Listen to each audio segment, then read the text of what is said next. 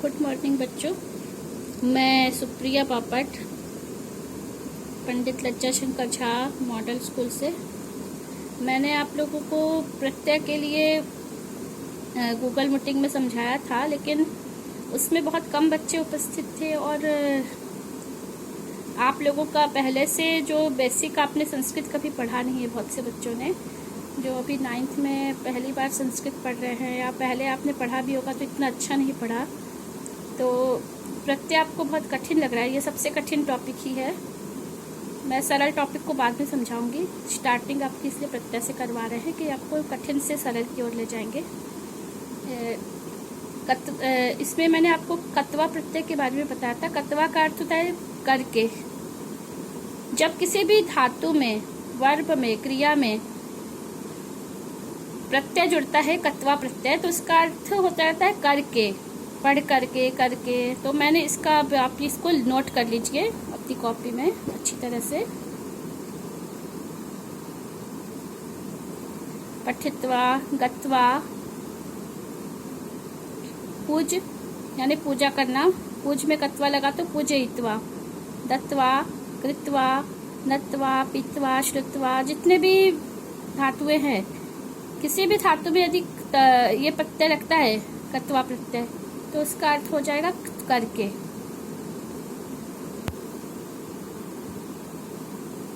ज्ञात्वा, पृष्ट्वा, इसको आप पूरे नोट कर लीजिए अपनी कॉपी में।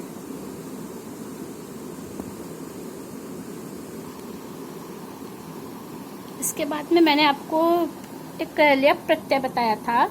ल्यप प्रत्यय का अर्थ भी करके होता है, लेकिन इसमें ये मेन है कि इसमें उपसर्ग धातु के पहले होता है। और आपको इसके एग्जाम्पल लिखवा दे रहे हैं, ये आप लिख लीजिए। ल्यप के उदाहरण ल्यप प्रत्यय है। इसमें आप देखिए सारे ये उपसर्ग हैं। आ, इसमें नी और ल्यप। ल्यप में केवल य बचता है, पूरा ल्यप नहीं होता है, सिर्फ य होता है। आ, नी और य, पूरा ये ल और प गायब हो जाता है। बहुत ही सरल है ये, एक बार समझ लो तो बिल्कुल आपको सरल लगेगा। इसको आप नोट कर लीजिए। आनीय, अनुभूय, प्राप्य, प्रणम्य, प्रदाय, विज्ञाय, उपकृत्य, आगत्य, आदाय, विस्मृत्य, अवतीर्य, इसमें अव है, त्रि है, और लिय, अवतीर्य, विजित्य, उड्डीय, उत्तीर्य, संपृश्य।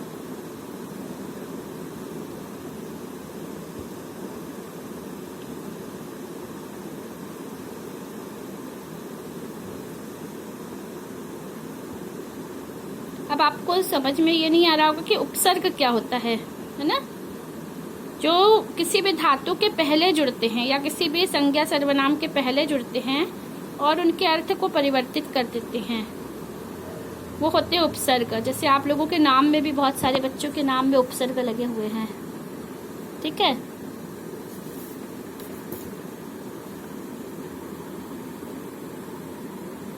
जैसे अक्षय, अक्षय है, अक्षय नाम में क्षय यानी नष्ट हो जाना, लेकिन अक्षय बिल्कुल उल्टा अर्थ हो गया है। क्षय का उल्टा अक्षय, ठीक है।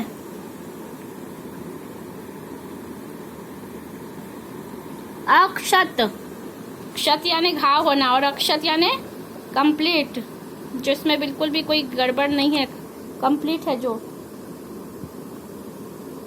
मुझे लगता है आप इसको उपसर्ग क्या होते हैं ये भी नोट कर लीजिए।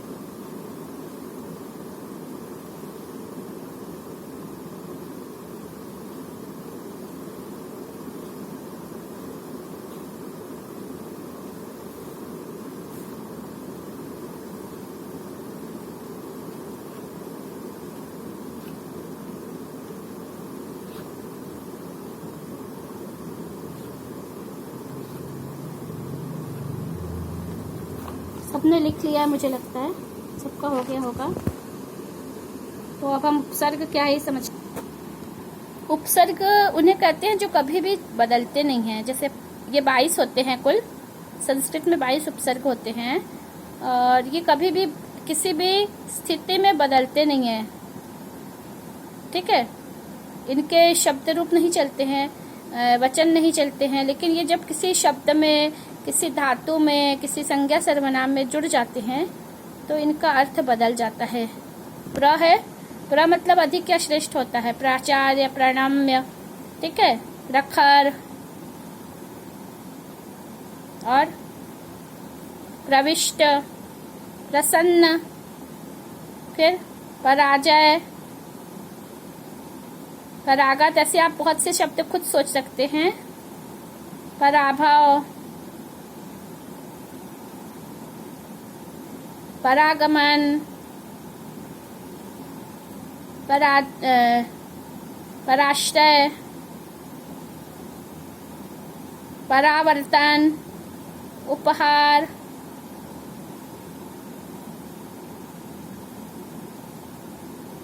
अपहार, अप है, अपहार,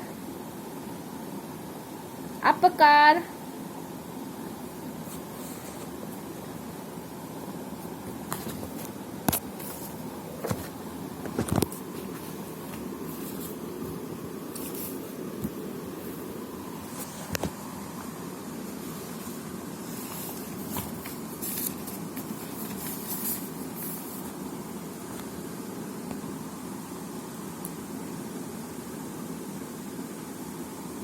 अपहार है।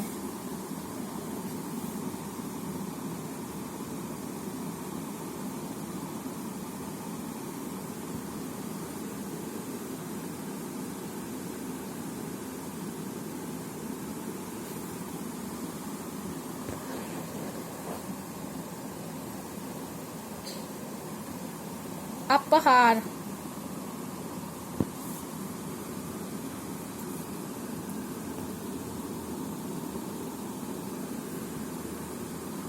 अपहार, अपकार, अपव्यय, अपव्यय एक शब्द है, संस्कार, सम्यक, समृद्धि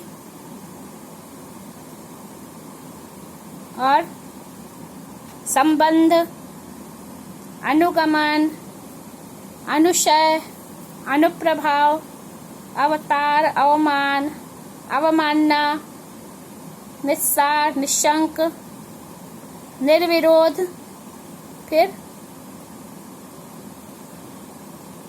निस है,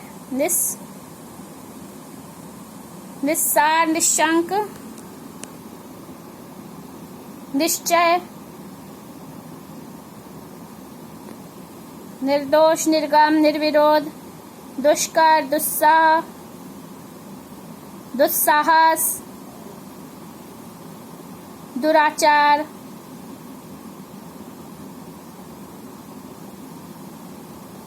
दुर्दशा,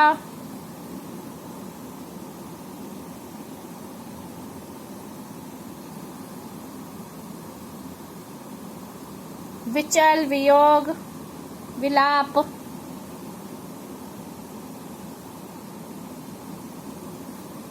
आच्छाद, अकंप, आशय, निपत,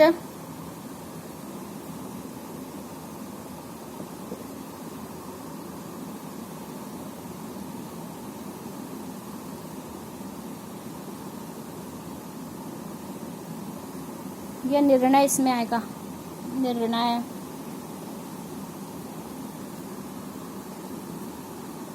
निगम,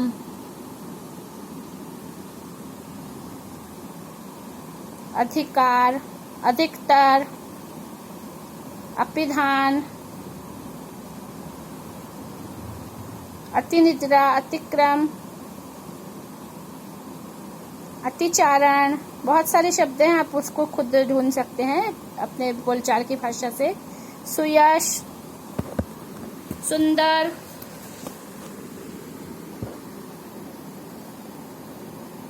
उत्कर्ष, उत्क्षेपण, उत्थान, अभिगमन, अभिवादन, प्रतिवाद, प्रतिध्वनि, प्रतिक्षण, परिवृत्त, परिव्यापक, उपासना, उपहार। इसके बाद में हम तुमुन प्रत्यय को देखते हैं। तुमुन का अर्थ है के लिए।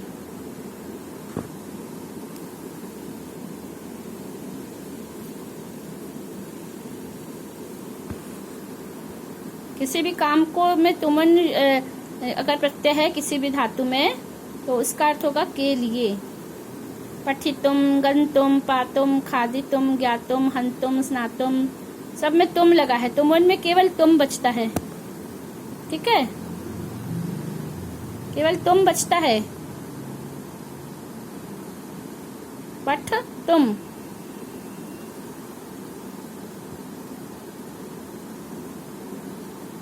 इसको पहचानने का सीधा सीधा उपाय है कि अगर हम किसी भी प्रत्यय लगे हुए शब्द के अंत में देखते हैं तुम लगा है तो हम समझ जाएंगे तुरंत कि तुमुन प्रत्यय है। इसमें नोट कर लीजिए।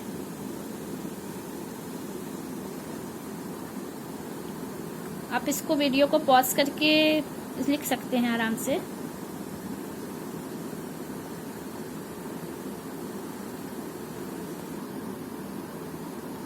फिर मैंने आपको एक प्रत्यय लिखवाया था, शत्रु प्रत्यय और शानच प्रत्यय।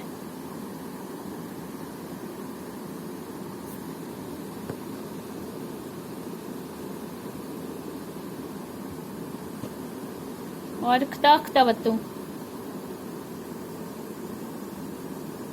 तो ये पहले क्तवतु कर दीजिए।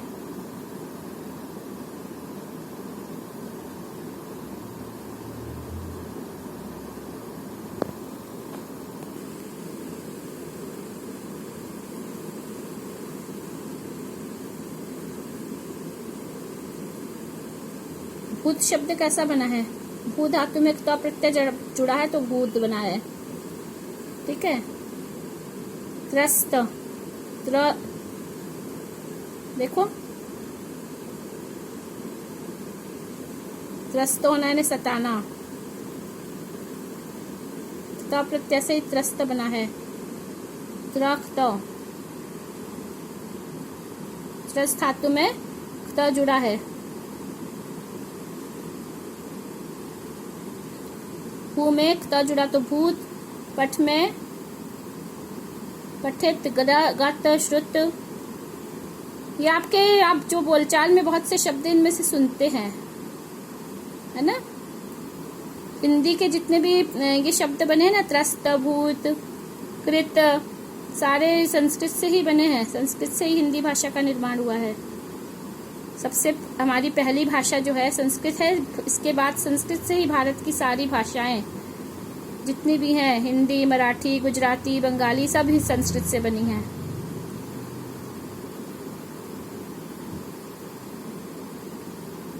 सबकी मातृभाषा संस्कृत भाषा, भारत की भाषाओं की।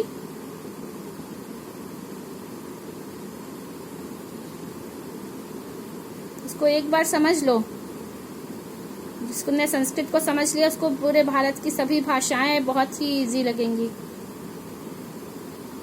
सारी भाषाओं के 70% शब्द जो हैं वो संस्कृत भाषा से ही है। दक्षिण की आप भाषाएं चले जाओ, तेलुगु, कन्नड़, 70% शब्द इसमें संस्कृत के हैं।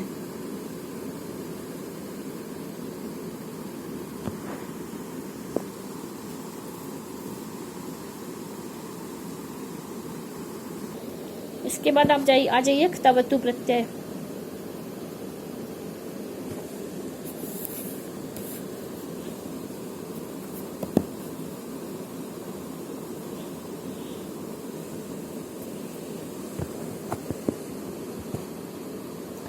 ये इसलिए ढका है कि ऊपर की चीजें जो आपके काम की नहीं है वो भी आप पढ़ोगे।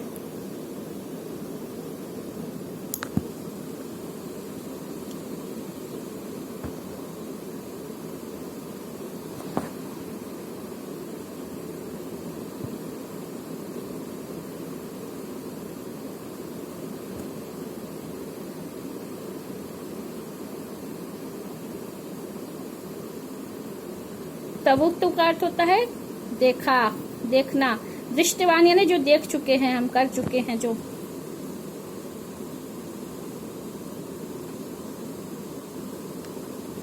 केवल इतना ही पढ़ो,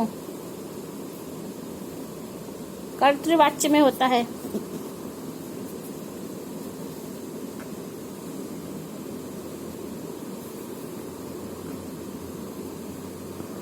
संस्कृत में 3 प्रकार के वाक्य होते हैं, कर्तृवाच्य, कर्मवाक्य और भाववाच्य। संस्कृत, हिंदी सब में है ना। इंग्लिश में भी आपने देखा होगा एक्टिव वॉइस और पैसिव वॉइस।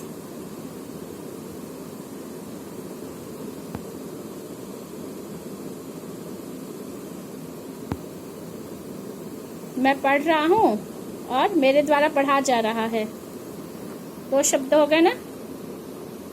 मैं पढ़ रहा हूँ और मेरे द्वारा पढ़ा जा रहा है, पढ़ाई मेरे द्वारा की जा रही है।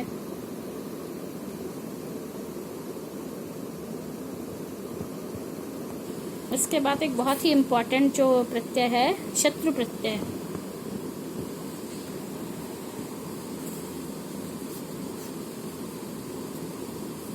इसको नोट करिए।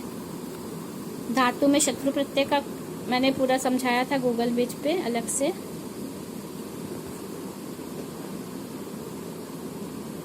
शत्रु प्रत्यय वर्तमान काल में होता है, ये ध्यान रखिएगा। पठ, पठंती, गृहंती, खादंती, खाते हुए जा रहा है, इच्छन्ति, नृत्यंती, ठीक है, नृत्यात्। देखो पुल्लिंग, स्त्रीलिंग, नपुंसकलिंग तीनों में अलग अलग हैं। ये केवल संस्कृत की विशेषता है या हिंदी भारतीय भाषाओं की विशेषता है कि इसमें आपको सारे लिंग के लिए अलग अलग शब्द है, अलग अलग धातु का प्रयोग किया गया है ना। सह पठती, सा पठती, वह लड़की है तो अगर सा और लड़का है तो सह। लेकिन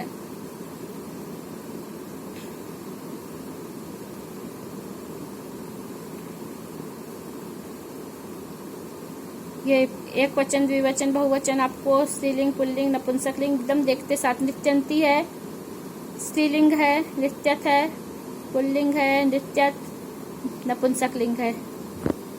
यहाँ न है और यहाँ त है ना। त और न का अंतर है केवल। पुल्लिंग में न हो जाता है और नपुंसकलिंग में त हो जाता है। मेरे विचार से आप लोग ने पॉज करके लिख लीजिएगा, इसको बहुत समय लगेगा, सबकी स्पीड अलग अलग है। अब हम देखेंगे शानच प्रत्यय। शानच भी वही है, सेम शत्रु जैसे ही है।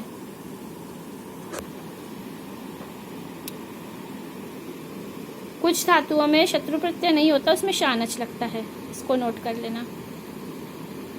डीप में जब आपका स्कूल लगेगा तब वो आपको डीप में समझा सकेंगे, अभी तो आप इसको नोट करिए, आपके लिए इतना ही बहुत है।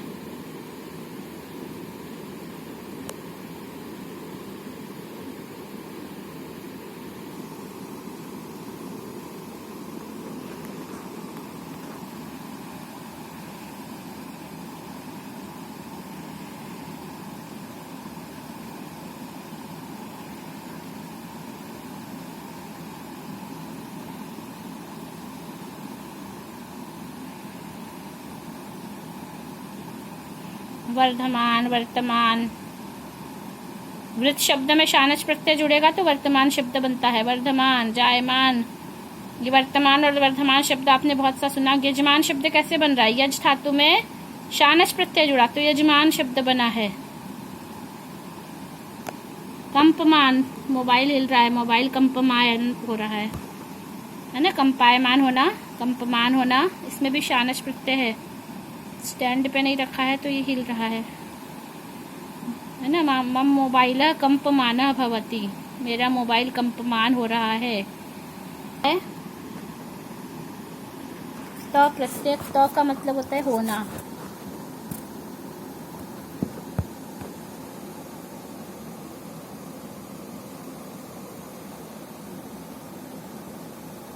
भूति करवा दिया था अभी शायद मैंने इसके पहले, फिर भी रिवीजन कर लो, जिसने नहीं लिखा लिख लो। तवतु,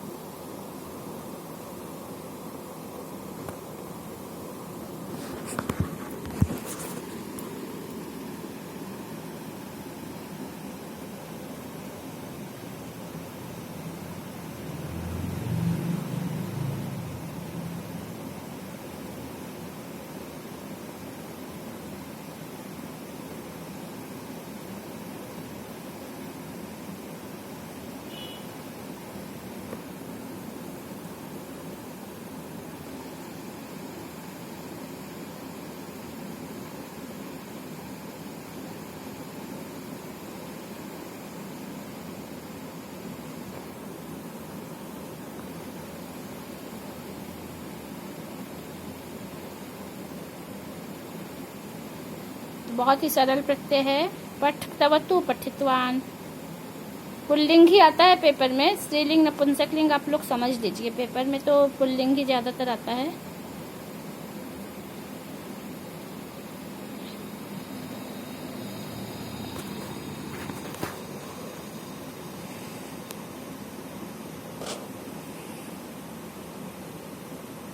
बहुत ही सरल है, एक बार आप समझ लीजिए। ये आपका 10th तक पूरा 9th 10th दोनों में है। एक बार पढ़ लिया ग्रामर तो दोनों क्लास में सेम ना ग्रामर है। अभी पढ़ लिया तो अगले साल नहीं पढ़ना पड़ेगा, और जिन बच्चों ने 9th में नहीं पढ़ा उनको 10th में भी इसको रिवीजन करना पड़ेगा। पढ़ रहे हैं तो 10th के बच्चों के लिए भी है। इसके बाद में आपका तुमुन प्रत्यय। तुमुन यानी के लिए। तुमुन का अर्थ होता है के लिए। पठता तुम्हें तुमुन पठितुम, पढ़ने के लिए, गंतुम जाने के लिए, पातुम पीने के लिए, खादितुम खाने के लिए। क्लियर दिख रहा है। स्नातुम, कंतुम, हंतुम, हसितुम, क्रीडितुम, भाषितुम, जीवितुम, नेतुम, जेतुम। सारे में तुमन लगाया तो उसका मतलब है के लिए।